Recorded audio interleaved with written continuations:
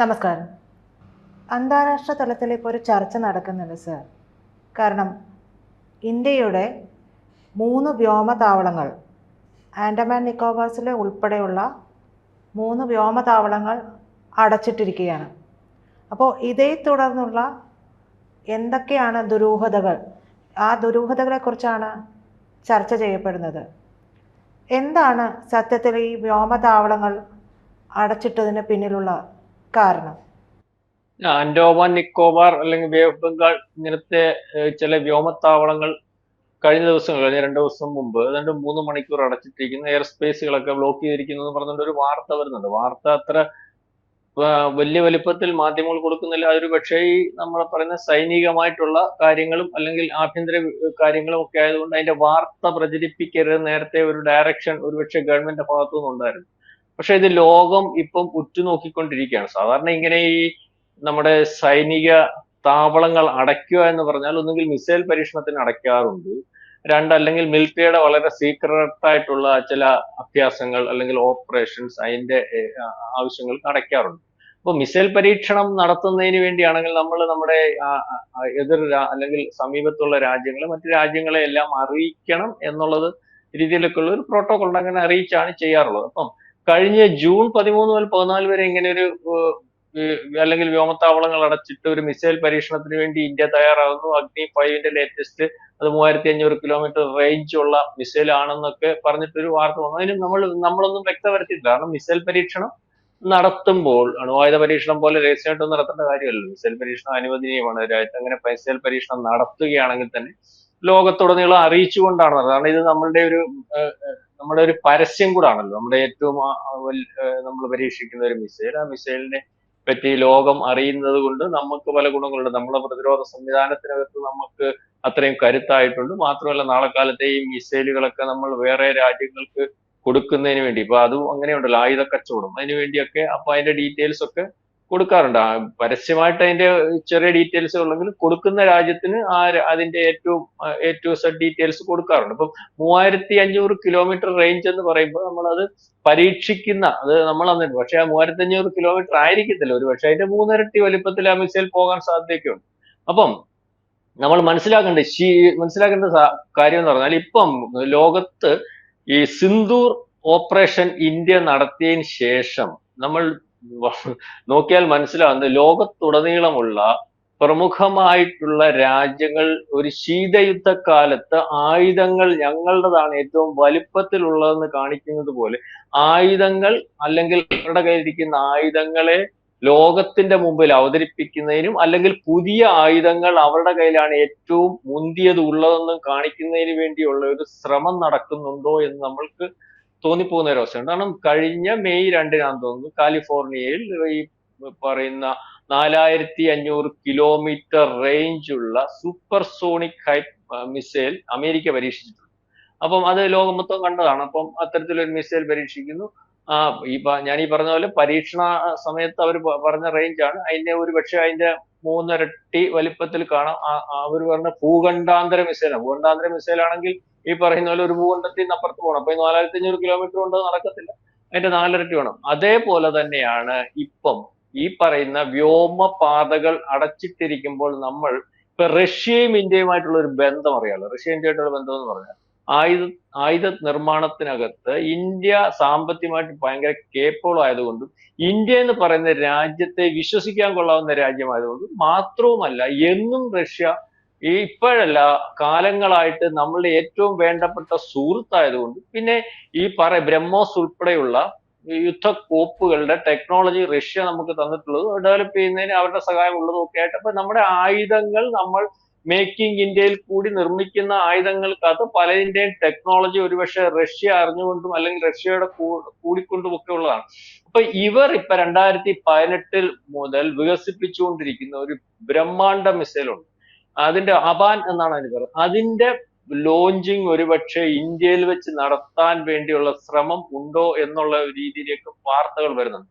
അതിന്റെ റേഞ്ച് എന്ന് പറയുമ്പോൾ 34,000 കിലോമീറ്റർ ആണ്. 34,000 കിലോമീറ്റർ ഒരു മിസൈൽ പോകുക എന്ന് പറഞ്ഞാൽ ആ മിസൈലിന്റെ കാര്യം അറിയാലോ. ഈ ലോകത്ത് എവിടെ ആണെങ്കിലും അത് തൊടുക്കുന്നതിന് വേണ്ടി സാധിക്കും. മാത്രമല്ല ഇതിന്റെ സ്പീഡ് എന്നൊക്കെ പറഞ്ഞാൽ ഈ കണ്ണിന് കാണാൻ പറ്റാത്ത രീതിയിലേക്കുള്ള സ്പീഡിൽ പോകുന്ന മിസൈൽ ആണെന്നാണ് പറയുന്നത്. അപ്പൊ അതിന്റെ പരീക്ഷണമാണ് ഒരുപക്ഷെ ഇന്ത്യയിൽ വെച്ച് നടത്താൻ സാധ്യത. അപ്പം ഇനി വ്യക്തതയില്ല. ഏതായാലും ഇപ്പം അമേരിക്ക ഒരു മിസൈൽ പരീക്ഷണം നടത്തി, ഇത് ഭൂഖണ്ഡാന്തര മിസൈലാണ്, ഹൈപ്പർസോണിക് മിസൈൽ ആണ് എന്നൊക്കെ പറയുമ്പോൾ അതിനെതിരെ റഷ്യ പരീക്ഷണം നടത്തുന്നു, അതിന് കൂട്ടായിട്ട് ഇന്ത്യ നിൽക്കുന്നു. ഇന്ത്യയുടെ പരീക്ഷണം ഒരുപക്ഷെ ചെറിയ വേറെ ചില മിസൈലുകളുടെ പരീക്ഷണമുണ്ട് എന്നൊക്കെയുള്ള കാര്യങ്ങളിലേക്ക് വരുന്നു. ഏതായാലും പരസ്പരം ലോകരാജ്യങ്ങൾ സിന്ദൂർ എന്ന് പറയുന്ന ആക്രമണത്തിന് അല്ലെങ്കിൽ നമ്മുടെ പാകിസ്ഥാനെതിരെയുള്ള ഓപ്പറേഷൻ കഴിഞ്ഞതിന് ശേഷം റഷ്യക്കും ഇന്ത്യക്കും ലോകത്തുടനീളം ഉണ്ടായ ഒരു ഹൈപ്പ്, അതിനെ മറികടക്കുന്നതിന് വേണ്ടി ഒരുപക്ഷെ ചൈനയും ഈ പറയുന്ന അമേരിക്കയും, തുർക്കി പിന്നെ അതിന് ഇപ്പം കൈയും കാലും ഇട്ട് അടിച്ചുകൊണ്ടിരിക്കുന്നെങ്കിൽ തുർക്കിക്ക് പരീക്ഷണവും നടത്താൻ പറ്റുന്ന ഒരു സമയമില്ല. കാരണം പട്ടിണിയുടെ ഒരു അവസ്ഥയിലേക്ക് രാജ്യം പൊയ്ക്കൊണ്ടിരിക്കുകയാണ്. അപ്പൊ ഇത് ഈ നമ്മൾ പറഞ്ഞ സിന്ദൂറിന് ശേഷം എല്ലാ ആയുധങ്ങളും, ലോകത്തിലെ ഏറ്റവും വലിയ അമേരിക്കയെ വെല്ലുന്ന റഷ്യയെ വെല്ലുന്ന ആയുധങ്ങളാണ് ഞങ്ങളുടെ കയ്യിലുണ്ടെന്നുള്ള രീതിയിൽ പരസ്യം ചെയ്ത് ആയുധങ്ങൾ വിൽക്കാൻ ശ്രമിക്കുന്ന ചൈനയുടെ ഏറ്റവും ആധുനികമായിട്ടുള്ള അന്നത്തെ ഒരു മിസൈലൊക്കെ നമ്മൾ ജീവനോടെ പിടിച്ചറിയാം. ജീവനോടെ പിടിച്ചെന്ന് പറഞ്ഞാൽ ഒരു കുഴപ്പവും പറ്റാതെ ആ മിസൈൽ ഏറ്റവും ആധുനികമായിട്ടുള്ള, കാണാൻ പോലും പറ്റാത്ത രീതിയിലുള്ള ഒരു മിസൈലാണ്. ലോകത്ത് ഈ പറയുന്ന ഫ്രാൻസിന്റെ മിസൈലും അമേരിക്കയുടെ മിസൈലും ഒക്കെ അതിനെ താരതമ്യം ചെയ്യുന്ന മിസൈലുകളെ മറികടക്കുന്ന മിസൈലാണെന്നൊക്കെ പറഞ്ഞ മിസൈൽ ഇന്ത്യക്കെതിരെ പ്രയോഗിക്കുക. PL-16E ആണെന്ന് തോന്നുന്നു. അതിന്റെ കറക്റ്റ് നമ്പർ അറിയത്തില്ല, തെറ്റിയിട്ടുണ്ട്, ക്ഷമിക്കുക.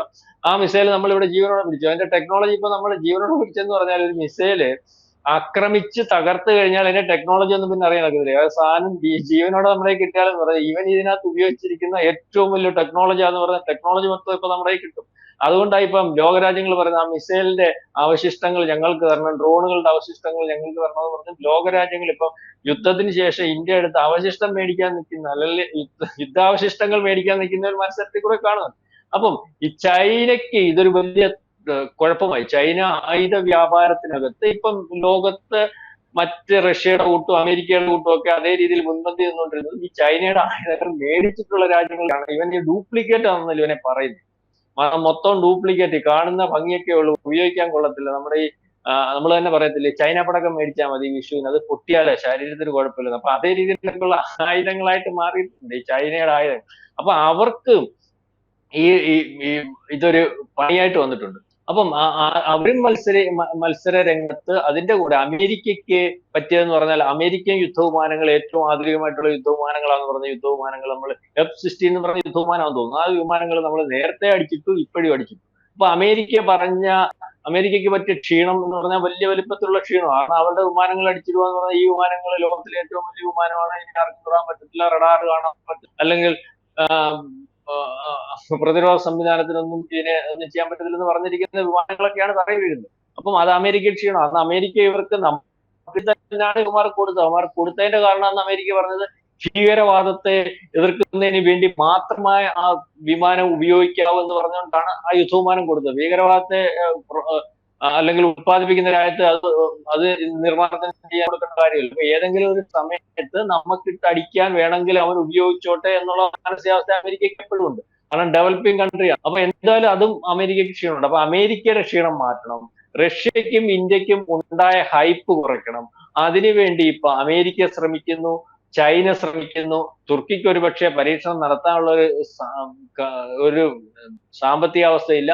അപ്പം ആ രീതിയിലേക്ക് ഈ മിസൈലുകളുടെ പരീക്ഷണാർത്ഥം ലോകം മത്സരിക്കുമ്പോൾ ലോകത്തെ അത്ഭുതപ്പെടുത്തിക്കൊണ്ട് എന്തോ ഒരു മിസൈൽ പരീക്ഷണമോ മറ്റേതോ ഒരു പടയൊരുക്കമോ റഷ്യയും ഇന്ത്യയും തമ്മിൽ ധാരണയിലെത്തി നടത്തുന്നു എന്നുള്ളതിന്റെയൊക്കെ ഒരു ലക്ഷണങ്ങളാണ് ഈ വ്യോമത്താവളങ്ങൾ അടയ്ക്കുകയും എയർ സ്പേസുകൾ ബ്ലോക്ക് ചെയ്യുകയും ഒക്കെ ചെയ്തിരിക്കുന്നതെന്നാണ് നമ്മൾ വിചാരിക്കുന്നത്. ഏതായാലും ഇന്ത്യ സിന്ദൂറിന് ശേഷം നിങ്ങൾക്കറിയാമല്ലോ ഈ പറയുന്ന നമ്മുടെ ബംഗ്ലാദേശിന്റെ അവിടെ വലിയൊരു അല്ലെങ്കിൽ അത്തരത്തിലൊരു സൈനിക അഭ്യാസമൊക്കെ നടത്തി ലോകത്തിൽ ഇനിയും വരുന്ന യുദ്ധങ്ങളെ അതിജീവിക്കാൻ പറ്റുന്ന രീതിയിലേക്കുള്ള ഡ്രോണുകളും അല്ലെങ്കിൽ അത്തരം AI സംവിധാനങ്ങളും ഒക്കെ ഉപയോഗിച്ച് യുദ്ധം ചെയ്യാൻ പ്രാപ്തമാണ് ഇന്ത്യ എന്നുള്ള രീതിയിലേക്ക് വലിയൊരു സൈനിക അഭ്യാസം നടത്തി മുന്നോട്ട് പോകുന്ന ഒരു അവസ്ഥയുണ്ട്. അതുപോലെ പ്രതിരോധ സംവിധാനത്തിനകത്ത് നമ്മൾ ഒരു കുറവും വരുത്താൻ ആഗ്രഹിക്കുന്നില്ല. അതിനുവേണ്ടിയാണ് റഷ്യയിൽ നിന്ന് കൂടുതൽ S-400 മേടിക്കുന്നതിനും S-500 വികസിപ്പിക്കുന്നതിന് റഷ്യ നമ്മുടെ അല്ലെങ്കിൽ നമ്മളോട് കൂട്ടുകൂടി ചെയ്യാം, മേക്ക് ഇൻ ഇന്ത്യയിൽ കൂടെ ചെയ്യാമെന്ന് താല്പര്യപ്പെട്ടിട്ടുണ്ട്. അപ്പം കൂടുതൽ പ്രതിരോധ സംവിധാനങ്ങൾ ഒരുക്കുന്നതിനൊപ്പം തന്നെ ഇന്ത്യയിൽ നിന്ന് ആയുധം വാങ്ങിച്ചാൽ തന്റെ രാജ്യം സുരക്ഷിതമാണെന്ന് സിന്ധൂറിന് ശേഷം പല രാജ്യങ്ങളും വിചാരിക്കുന്ന കാര്യങ്ങൾ കൂടുതൽ രാജ്യങ്ങളെ അത് ശരിയാണെന്ന് ബോധ്യപ്പെടുത്തുന്നതിന് വേണ്ടിയൊക്കെയുള്ള സൈനിക അഭ്യാസങ്ങളും അല്ലെങ്കിൽ നമ്മൾ വികസിപ്പിച്ചെടുക്കുന്ന പുതിയ പുതിയ ആയുധങ്ങളും ലോകത്തെ പരിചയപ്പെടുത്തിക്കൊണ്ടിരിക്കുകയാണ്. കഴിഞ്ഞ ദിവസങ്ങൾ കണ്ടല്ലോ, ചെറിയ ചില മിസൈലുകളും പിന്നെ നമ്മളെ ആന്റി ഡ്രോൺ സംവിധാനമൊക്കെ നമ്മൾ പരീക്ഷിച്ചു. അതിനൊക്കെ പുതിയ പുതിയ പേരുകളൊക്കെ, അപ്പൊ നമ്മൾ അതൊക്കെ ചർച്ച ചെയ്താ. അപ്പം ഇത് തന്നെയായിരിക്കും എന്നാണ് നമ്മൾ വിചാരിക്കുന്നത്. അത്തരത്തിൽ വ്യോമത്താവളങ്ങൾ അടച്ചിട്ട് ഒരു പരീക്ഷണം അടുത്ത ദിവസങ്ങളിൽ തന്നെ നടക്കും, അല്ലെങ്കിൽ അത് അതിനുവേണ്ടി ലോകം കാത്തിരിക്കുന്നു. അത്തരത്തിലേക്കൊരു മത്സര ബുദ്ധി ഒരുപക്ഷെ അമേരിക്കയുടെ ഹൈപ്പർസോണിക് മിസൈലിനെയും ഒക്കെ വെല്ലുന്ന രീതിയിൽ ചൈനയ്ക്ക് അല്ലെങ്കിൽ റഷ്യക്കും ഇന്ത്യക്കും അതിനപ്പുറമുള്ള മിസൈൽ ഉണ്ടെന്ന് ഉള്ള പ്രതീക്ഷയിൽ നമ്മൾ കാത്തിരിക്കാം. ഏതായാലും വ്യക്തത വന്നിട്ടില്ല. ഇതൊക്കെ തന്നെയാണ് കാരണങ്ങൾ. ഇങ്ങനെയൊക്കെയാണ് നമുക്ക് കിട്ടുന്ന വാർത്തകൾ. നന്ദി സർ. കൂടുതൽ വാർത്തകളും വിശേഷങ്ങളും നിങ്ങളിലേക്ക് എത്താൻ ABC മലയാളം സബ്സ്ക്രൈബ് ചെയ്യുക, ബെൽബട്ടനും അമർത്തുക.